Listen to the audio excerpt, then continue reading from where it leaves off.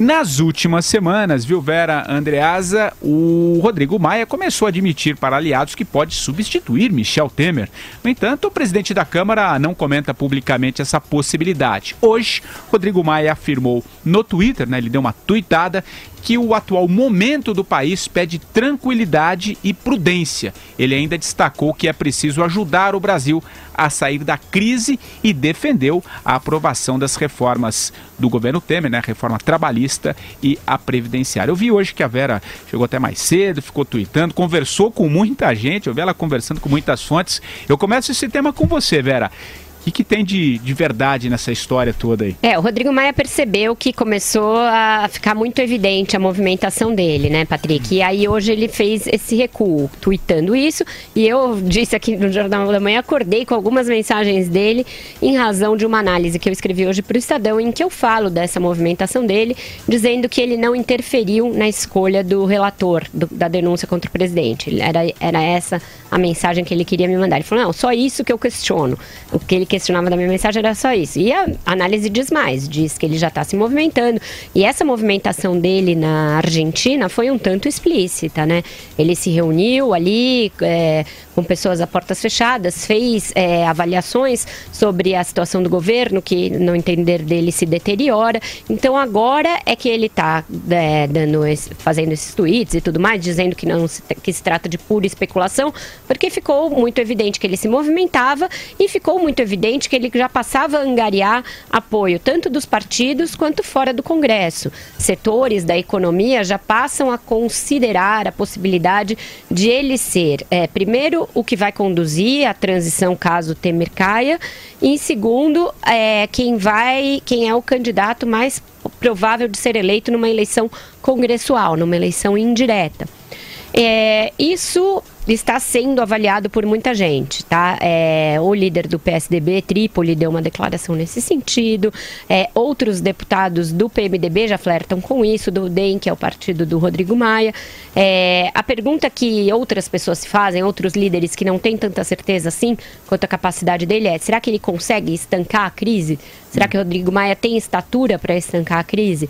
E isso é uma resposta que eles não têm, eles têm dúvidas e eles acham que não, que com ele a crise continua e pode até se agravar. O Brasil vai caminhando aí para uma situação bastante complexa. O que você acha, Andreasa? Você acha que também, claro, pegando essa parte final aqui da Vera, que o Rodrigo Maia teria estatura para segurar essa crise toda? A gente vai falar de economia daqui a pouco, enfim, vai lá. Não é mais questão de estatura, Patrick Santos. Nós temos uma crise política que afeta e corrói, ou que pretende corroer, porque também tem a atuação de agentes muito interessados em dilapidar a atividade política. Nós temos uma situação de desgaste absoluto da atividade política, para usar a expressão que eu gosto aqui, de crise do establishment.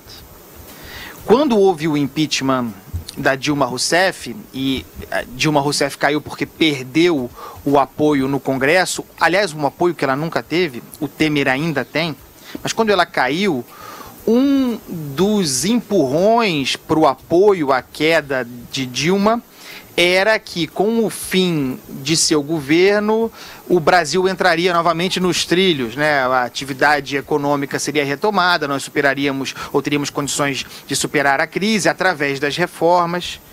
E não foi assim. Não foi assim porque a crise é de sistema, porque a crise é do establishment político. Achar novamente, cometer o mesmo erro perigosíssimo de achar que tirar um presidente para colocar aí sim um presidente não eleito, porque o Temer foi, Rodrigo Maia, para um período de transição virtuoso, a mim me parece mais um erro grave de avaliação com um risco muito evidente, porque aí, a meu ver, você entra num ambiente da incerteza, você entra numa espécie de vácuo, não porque o Temer seja um estadista e a falta dele será imensa, não é um estadista e a falta dele não será imensa, mas é porque é impossível prever o que virá depois com a queda dele. Ah, sim, mas a Constituição diz que é eleição indireta, é o que a Constituição diz. Mas eu aposto aqui que no momento em que o traseiro do presidente da República bater no chão, caiu, bum! Nesse momento, exatamente, começará com uma força jamais vista no Brasil a campanha pela antecipação das eleições diretas. E vai ser um movimento muito grande, difícil de contornar. Não pensem que o Supremo estará lá para proteger a Constituição. Não estará. Então, que não se iluda o senhor Rodrigo Maia com a perspectiva de ser presidente. Se ele for, será por pouquíssimo tempo, ele vai ser tragado. Ele é um representante do establishment, ele é citado na Lava Jato. Esses que estão agora voltados contra o presidente Temer se voltarão, com razão ou não, imediatamente contra ele. Ele será o próximo alvo. Não governará. Será o caos. Concorda? Eu acho que só cai o Temer se tiver alguém para pôr no lugar, né? Eu acho que a queda dele depende de um acerto que é anterior a ela. E esse acerto se dá entre essas pessoas, Rodrigo Maia, outros partidos, o próprio PMDB não vai ficar de fora, e ele vai levar em conta isso, vai levar em conta se haverá capacidade de, por exemplo, a equipe econômica fica num arranjo em que o presidente caia. Isso é importante, isso é muito importante para os agentes econômicos. Fundamental, diria, né? Fundamental. É um político importante com quem eu estive hoje no almoço falou, mais importante hoje, a gente vem falando disso há alguns dias aqui, e aí eu ouvi de alguém que não é aqui do 3 em 1, mais importante hoje do que a manutenção do Temer é que fique o Henrique Meirelles, que fique o Ilan Goldfam, presidente do Banco Central, e que fiquem algumas outras peças chaves da economia, da equipe econômica. Há uma garantia de que eles fiquem? Não sei. Eles foram escolhidos por este governo, têm um compromisso com este governo. Há uma garantia de que, em eles ficando, eles aprovam a reforma? Eu diria que não. Porque com tanta mexida assim, cai presidente uma hora, cai presidente outra hora, essas reformas estão ficando órfãs, né? Não tem mais quem as defenda.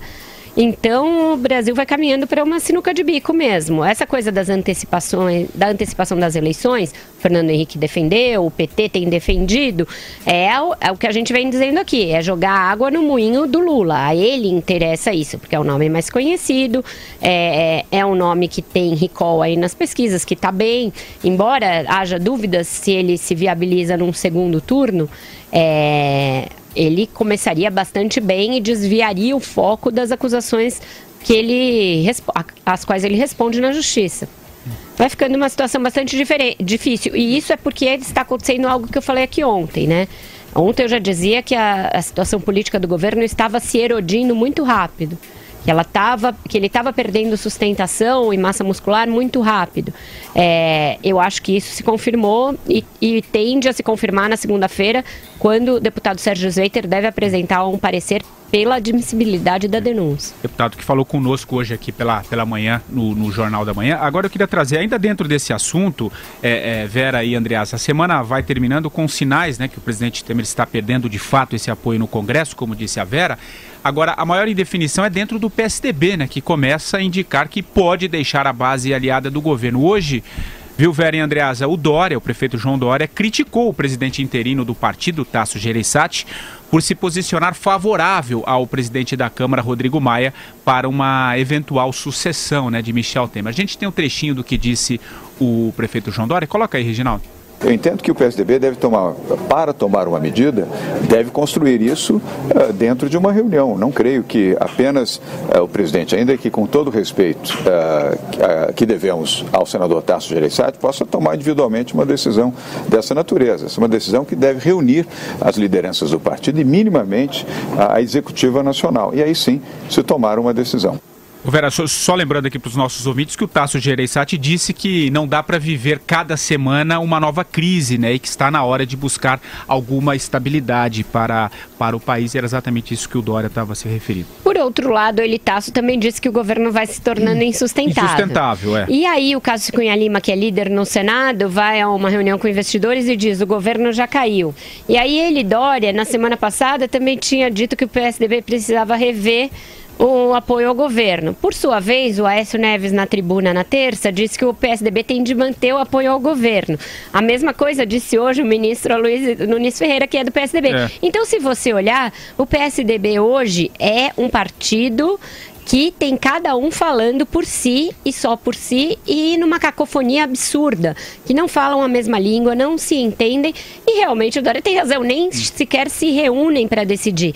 Com uma situação política tão volátil, tão grave, é bizarro que o segundo maior partido da base do governo não se reúne e não tome uma decisão, por assim dizer, orgânica, minimamente organizada. Eles têm os principais ministérios depois do PMDB. Tem o Ministério da Articulação Política, eles têm o Ministério das Relações Exteriores, tem o Ministério das Cidades, que tem uma capilaridade bastante grande, e não se reúnem, não dizem a que vieram, não dizem o que querem. O Aécio está formalmente afastado da presidência do partido, mas continua dando as cartas, é muito próximo do Tasso Gereissati, e por ele o PSDB iria ficando, porque aí ele e o Temer se escoram um ao outro e vão mantendo a sua situação, que é bastante complicada. O PSDB está vivendo um dilema, eu já disse aqui, hamletiano, né, de ser ou não ser governo. Você, Andreasa? PSDB, partido de bundões. Vou repetir. Partido de bundões. Nunca me enganou, né? Nunca. Vocês vejam que, além disso, além da fraqueza, além da covardia, além da tibieza, são péssimos analistas políticos. Eu não estou aqui para ensinar macaco velho Tasso Gereissati a fazer política, a se comportar, a comandar o seu partido. Mas ele precisava entender que a sobrevivência do PSDB, se é que ainda é possível, está em jogo agora, nesse momento. A única chance de o PSDB ser minimamente viável eleitoralmente, por culpa das decisões que o partido tomou, é torcer para que o governo Temer chegue ao final normalmente. E aí disputar a eleição em 2018. Investir na incerteza junto com tudo, junto com Temer, junto com Aécio, enterrar as chances do PSDB. Cheque em branco pro Lula. Eu tenho falado isso aqui diariamente. O partido teve algumas chances de se descolar do governo Temer para sobreviver. Não as aproveitou, elas acabaram. Agora, se pular fora e o Temer permanecer até o final, isso vai ter ocorrido apesar da traição dos tucanos. E a gente sabe muito bem qual é o destino de quem trai em política, de quem é desleal. A gente sabe muito bem o que acontece. O PSDB vai ter abandonado o barco sem ter recursos para convencer qualquer um que é um partido de oposição. Vai abandonar o Temer sem poder ser oposição. Ninguém acredita. Se, por outro lado,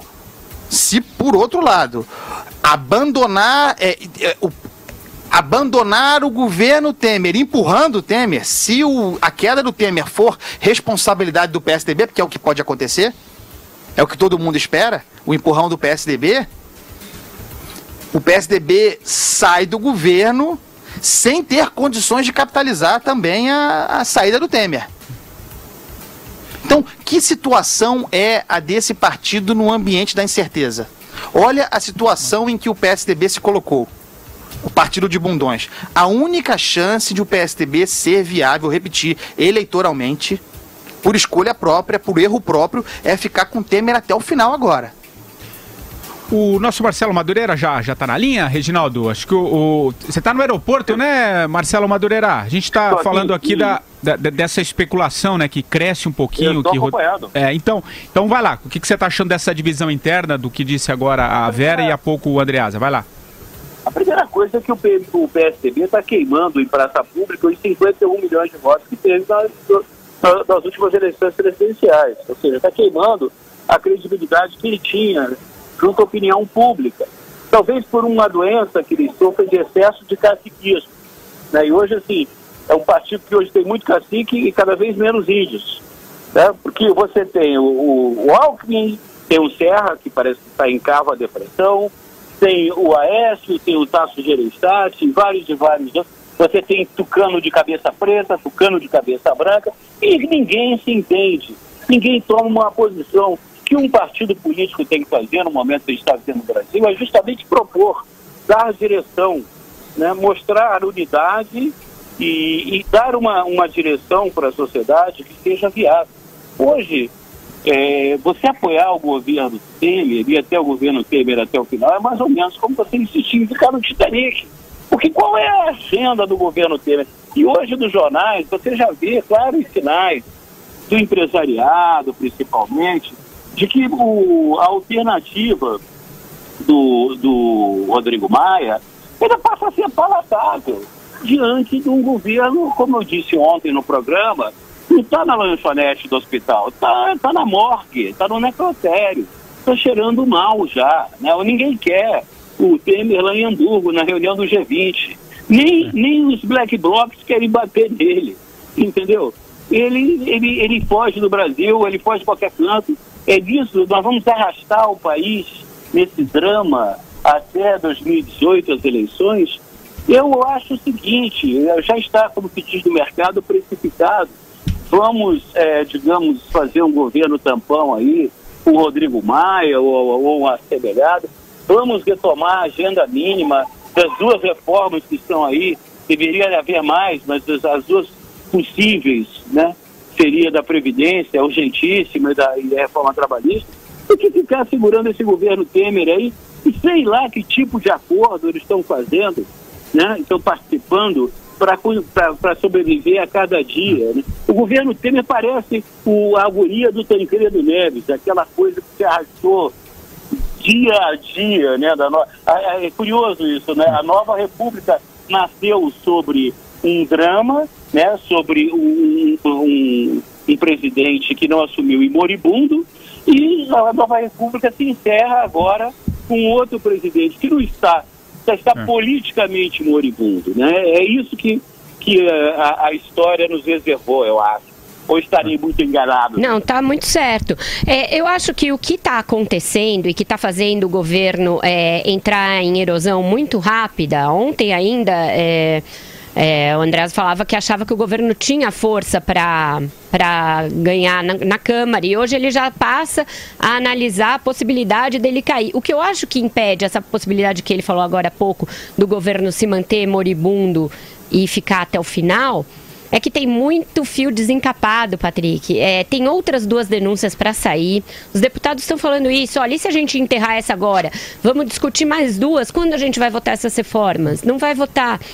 Não seria melhor já votar essa e permitir que andasse para não virem as outras e para a gente tocar as outras coisas? Então, eles estão achando que despachar o Temer pode sair mais barato. Esse é o drama para o Temer. Os deputados que estavam cogitando apoiá-lo ou não passaram a achar que vendê-lo logo na Bacia das Almas sai mais barato para o país. E também estão levando em conta a possibilidade da delação do Lúcio Bolonha Funaro e do Eduardo Cunha. Isso é importante. Então, é um governo que não vai parar de sangrar. Não que o Rodrigo Maia tenha dimensão, tenha estatura, mas o que eles acham é mais ou menos isso que o Madureira falou. É um cara que vai chegar lá e vai conduzir o barco até a outra margem do rio. Mais ou menos disso que eles estão falando agora. Se vai dar certo, ou se a gente vai virar uma Argentina que troca um presidente como quem troca de roupa, um destino trágico para o Brasil, eu não sei te dizer, sinceramente. A situação chegou numa situação de crise tão grave, que é muito difícil prever se este ou aquele passo forem dados, que resultado vai surtir. É muito difícil prever isso. É que eu acho, pessoal, que os políticos não têm o controle da situação. O controle da situação não está no Congresso, né? O Congresso pode aceitar a denúncia contra o presidente ou não. O Temer pode cair ou não, mas o Congresso não detém as rédeas desse processo. Supondo que o Temer caia, a sucessão dele, o que parece é que, e aí o Madureira falou em precificação, etc. e tal, o que tem é uma projeção, uma aposta sobre a respeito do porvir, né, do que virá.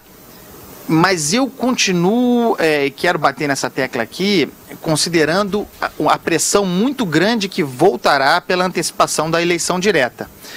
Ainda que essa pressão não resulte, ou seja, ainda que não haja um golpe constitucional, uma virada de mesa, o cenário pós saída de Temer vai ser de incerteza, de insegurança ainda maior do que o que há agora.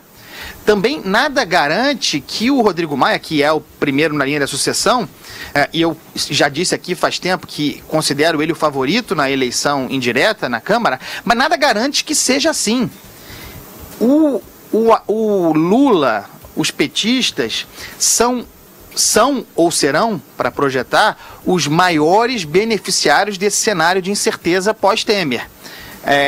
Inclusive, porque eu andei conversando com pessoas da Câmara que acham que o Lula é forte, inclusive, numa eleição indireta. Não por causa dos votos do PT.